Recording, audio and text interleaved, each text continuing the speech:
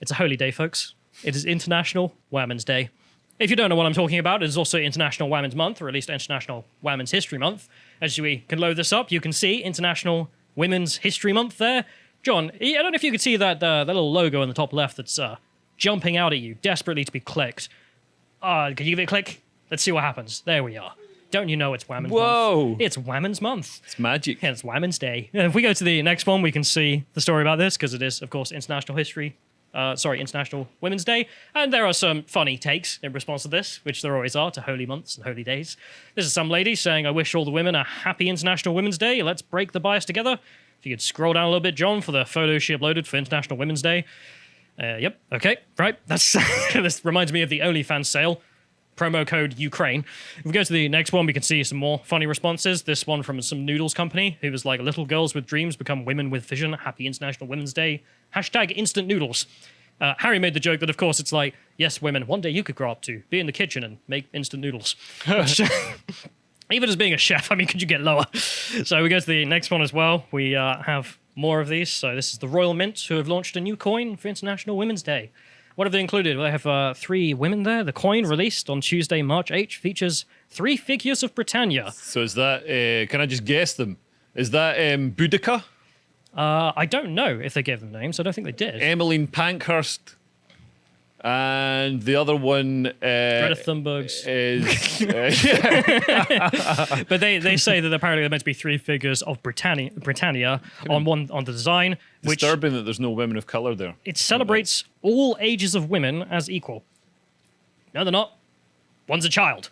Children aren't equal to adults. And they're not women. They're not women either. They're children. They're girls. So, don't know what you failed on the first hurdle. Let's go to the next one, because we can see the Guardian's response to this. The media, what are they going to make of this holy day? Well, we have the Guardian who went with, want to help women on International Women's Day. Let's start by giving all the migrants the vote. What? How's that going to help women? Women?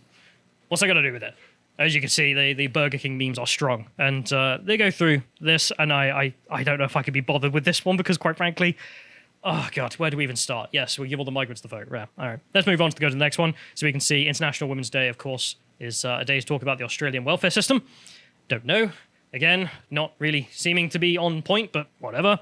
And then we also have to remember the International Women's Day and things like this are also the International Forum for Hate. Intersectional hate, in which the intersectionals hate each other. So you can see an article here, again by The Guardian, because this is a very special day for them. Black women photographers on what International Women's Day means to them.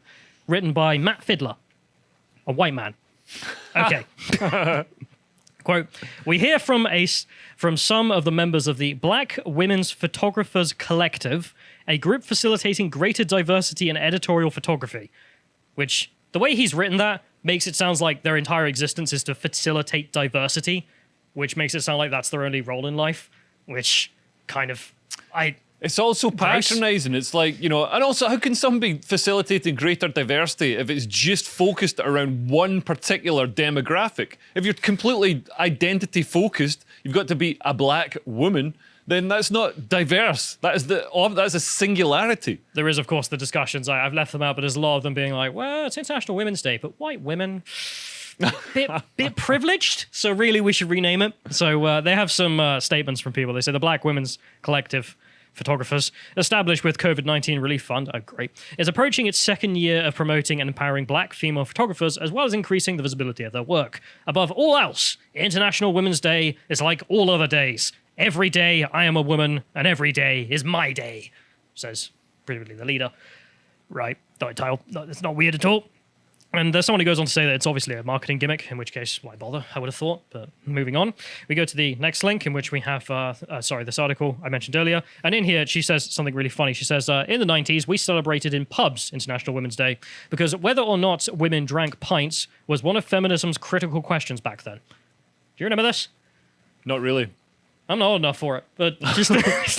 It sounds like simpler times, frankly. Women have always been able to drink pints. Like, they weren't given metric units to drink instead? And they weren't automatically given a white wine spritzer either. It's purely... Have a sherry, darling. Obviously, they shouldn't drink pints because they're much smaller. So they'll get drunk. That's your drinking advice. But Yeah. she goes on to write, most of the noughts was lost to arguing on social media about why there wasn't an International Men's Day, ignoring the boring reality that it's on November 19th, or whether or not on every other day of the year it's also International Men's Day. This is another like redundant trope from the dig. left. How they always say like right-wing comedians, they've only got one joke and it's about identifying as an attack helicopter. It's like no right-wing comedian has ever done a joke about identifying as an attack helicopter. Except Big Man Tyrone. Yeah, except for one guy who's not. I don't think he's a comedian. No, he's a and guy he's you probably pay not money. right-wing. Like, you know, but and this thing, you know, oh, where's the International Men's Day? Like nobody says this apart from maybe Yeah. ironically. It's also because people don't care about. Yeah, but Yeah. people don't care about International Men's Day because they would care as much as, I don't know, Black Catholic History Month. Yeah. Something, made up like that. Let's go to the next link.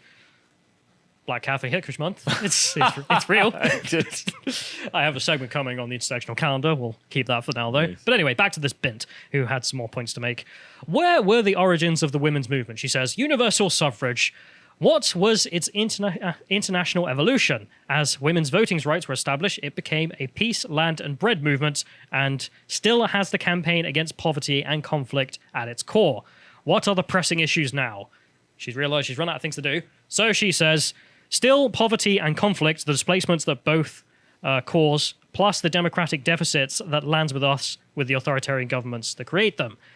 How could we loop that all together? With a new suffrage movement for the 21st century, except not for women, on International Women's Day. Many of us, I can't help notice, she says, already have voters' rights. Yeah. And she ends it with, but for migrants instead. Do you know every migrant is a woman? They're a representation of international Well, it really women. depends. Really depends where they're coming from. I mean, if they're coming from Syria, they tend not to be women. No, coming from Ukraine, different matter. Yeah, coming from Ukraine, mostly women and children. Of course, this is not to do with women at all. It is about globalism. She says, what would have happened if the nearly 3 million EU migrants living in the UK had been able to vote in 2016? We wouldn't be in this mess.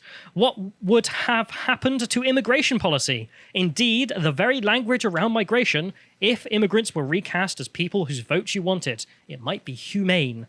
What would have happened in 2019's general election if the long-term UK residents whose lives were about to be upended by some blowhard promising to get Brexit done had had a say in this matter? He wouldn't now be Prime Minister, she writes. Yes, I know you are very salty that the citizens of the country do not agree with your globalist nonsense, lady. I believe she's one of the meme characters, Zoe. Like, I don't know if you've seen the Guardian generator. You ever seen that website? No. Where you can type in whatever you want and make a fake Guardian headline. So loads of people did. And Right. loads of them were believable. Yeah. So Owen Jones got really butthurt and then got the Guardian to issue like a notice against the website saying, take this down. This is copyright infringement. I was like, it's a meme. You absolute losers. So the Guardian literally cannot take a joke. Right, yeah, They yeah. had to shut it down, Right. as they did. Did they shut it down? Was Yeah, it the actually? website's gone. Oh man, that is such a shame. That's such a sort of blow to, because humor should be outside of. Humor don't- exists outside of. The left don't have laws. any humour, man. Humor is a defense against saying Authoritarianism. stuff. Like when I said what did I say on Twitter about Lotus Eaters has been infiltrated by Momentum. That was a joke. But it's defense against authoritarianism. That's what humor is. Yeah, right? yeah. And then you had the guys, the Guardian, who literally sent a letter to the guy running it. I think we actually spoke to him at one point as well. But he was just like, well, I'm not fighting it because I have the money. Yeah. But what the hell? Yeah. Like, it's a fake headline, Owen. What the hell's wrong with you? He was Yeah. like, well, I get angry letters about how I've written this headline that I haven't done. It's like, yeah, it's because it's believable though, isn't it? Yeah. That's humor. Sometimes things like that are an opportunity to look at yourself and be like, well, should I be so ridiculous? Like, I'm literally reading from a headline about how International Women's Day is about why we should give votes to migrants. Yeah. Yes, The Guardian will literally print anything if you ask them. She ends off with, but the sad counterfactuals weren't really the point. It's just morals in it. God, I love English. This isn't really a defensible civic agenda in which some people's voices are in perpetuity more important than others. Wrong answer. No, some people's views are more important. The citizens of the country are more important than random nomads who turn up and have no roots to the country in which they don't vote for its future. They can decide the entire constitutional future is what she wants without having a single route in the country other than I'm visiting. Remember, if you're even on a tourist visa, I think you can probably register to vote in Wales because it's a hellhole, not to mention children and prisoners. But let's have a last try for policy. It's International Women's Day, so let's try one more. Well, should women go to prison? Ever. Women need support, not prison, this International Women's Day. I don't know what you've done. You shouldn't be sent to prison. In 2021, the Ministry of Justice announced plans to create 500 more women's prison places, somewhat counteracting its own proposal to steer women away from crime. Which implies that if you build a prison, that the women just really want to be in the prison. They've seen the free prison spaces and they're like, well, I'm going to have to do some crime now. The luxury of a prison space. No, that's not how reality works. Of course, it's just the people can't resist a good prison out there, especially not women. They continue, the majority, 80% of women, are in prison for non-violent crimes, such as shoplifting. The vast majority could serve their sentences in the community, says Pradolin, avoiding the harms caused by prison to themselves and their family. So the argument being that women are in for lower crimes, therefore women shouldn't be in prisons at all. Well then, the same goes for men, who suffer the same kind of deficits from being in prison, presumably. So if you're on for shoplifting, you should just be let out. That's the argument. We have the next link. I don't know if you control F and find that. Oh, you have got the section here. Perfect. A statement from the government on the statistics of crime. And they say in here that of the 34,300 defendants convicted of shoplifting, 28% were female. The custody rate for this offence was lower for female offenders than for males. 19% versus 26%. So already, women who are done for shoplifting are less likely to be in custody. Yeah. Oh, women are far less likely to receive custodial sentences for the same crimes. So, I mean, it's one area of gender imbalance that I'm very concerned about. We need to lock up the women. Yeah, the other area is... There's no equality until that happens. I'm very worried about the gender pay gap on OnlyFans. So I've done some preliminary research, and I think women make more money on OnlyFans than men do. So that needs to be addressed. Anyone who's got an OnlyFans account should get paid a flat rate. Right. I agree. I completely agree. Anyway, so that's all the policy points. Terrible ideas, obviously. But what about meaningless gestures? Again, it is a holy day, so let's do some more things.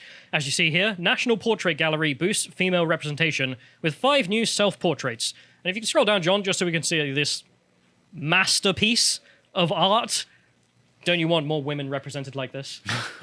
Isn't this what you want in your art galleries? Women are not being represented, so we got this, I don't know, smudge to be the painting instead. Look at the next one. I want to ask Leo, do you think maybe this would be more appropriate, showing women at the beach, perhaps? It's a bit I recognise that picture. Yeah, do you recognise where? Is it from The Guardian? Almost. Like it's literally what they use to in their culture section. It's like the sort of the heading. I don't think it's the precise one, because this one was painted by Adolf Hitler. Oh, really?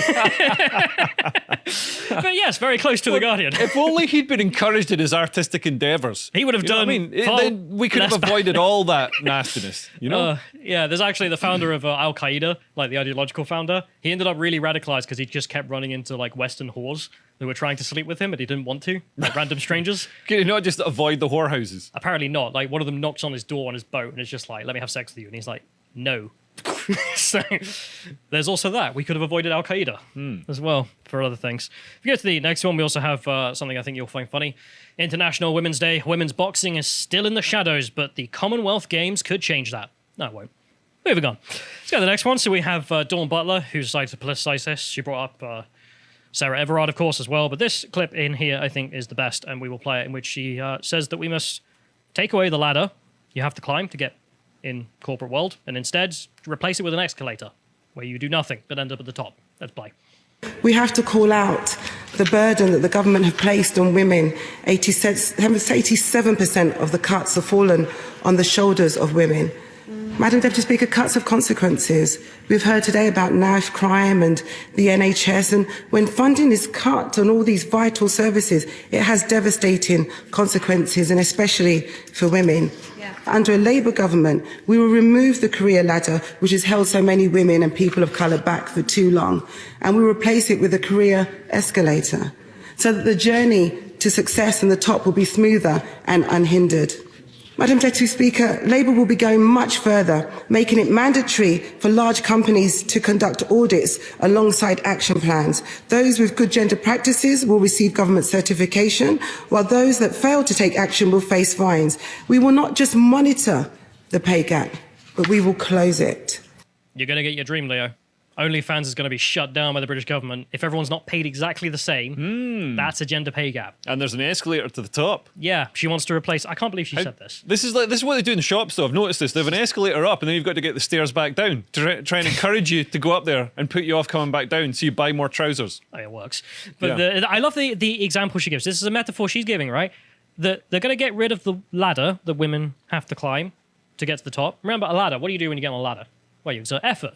You have to do in the work to climb the ladder to get to the top. Whereas she wants to replace it with an escalator. What do you do on an escalator? Nothing. You stand there and you move to the top without doing a damn thing, without doing a damn thing of work. And it was built by men. And it was also built by men and maintained. So that's a vision of the future. If we go to the next one, she's also, of course, talking about Sarah Everard and how this proves that women are under attack more than ever and being murdered left, right, and centre. The data on this is no. Let's go to the next one so you can see the data itself, which is no. It's a flat line for the last 10 years. Stop it. Stop what you're doing. There's no reason to be so enraged by something that's not accelerating. If you go to the next one, we can also see the Conservatives decide to jump in on this. You can see Liz Truss here saying she marks International Women's Day by paying tribute to the brave women of Ukraine. Okay. That's good. It's again, I don't like the Conservatives ever engage in intersectional politics because it is inherently left-wing, but fine. Okay, you want to celebrate that Ukrainian women are doing brave things rather than just, I want to be going to the top without doing any work, Dawn Butler, literal diversity hire. Fair enough. If we go to the next one, we also have another Conservative, well, at least the spokesman for Boris at the time, saying something ridiculous. And this is where, if you engage in identity politics, you will end up, especially as a Conservative. Number 10 hints that Johnson will increase the number of women in cabinet, saying that on International Women's Day, his aide said he would like to improve representation in the next reshuffle. So I'm going to pick 50% of the cabinet to be women. Why? Are they any good? No, but they are women. He wants the most women, not the most competent. Yeah. Like Biden, when he appointed his Supreme Court justice, and he said, it's going to be a black woman. It's like, which one? He's like, I don't know yet. I don't care. Yeah, I don't care. And it makes it so obvious that it's tokenistic. Yeah. Or like Trudeau, who did exactly the same thing. Yeah. So, anyway, we'll end this off very quickly, just to mention, of course, because it's a holy day, it is also being invaded. And as you can see, the what do you call them? Trans rights activists who are saying that International Women's Day is really about trans women. Not really the women. They've got everything they need. It's the trans women who are really oppressed. And if we go to the next one, of course, we can see the TERFs responding to this with meet Karen from Fair Play for Women. We've spoken about that case long enough for people to know who it is. And if we go to the next one, we also have women. Suzanne Moore saying it's not a woman. Well, that's just transphobic. Karen is a woman. Karen, Mr. Karen with the big that's I saw him at the women's only party that I threw for women like me and Karen. Cheers. If you appreciated that segment from the podcast The Lotus Eaters, you can go to lotuseaters.com to get access to all the premium content we have on the site, such as the history series that Beau and Carl do together, this one on the French Revolution, starting off at part 0 with the Life of Napoleon. And if you want to follow Carl, you can follow him on Getter at @CarlBenjamin. Thank you and goodbye.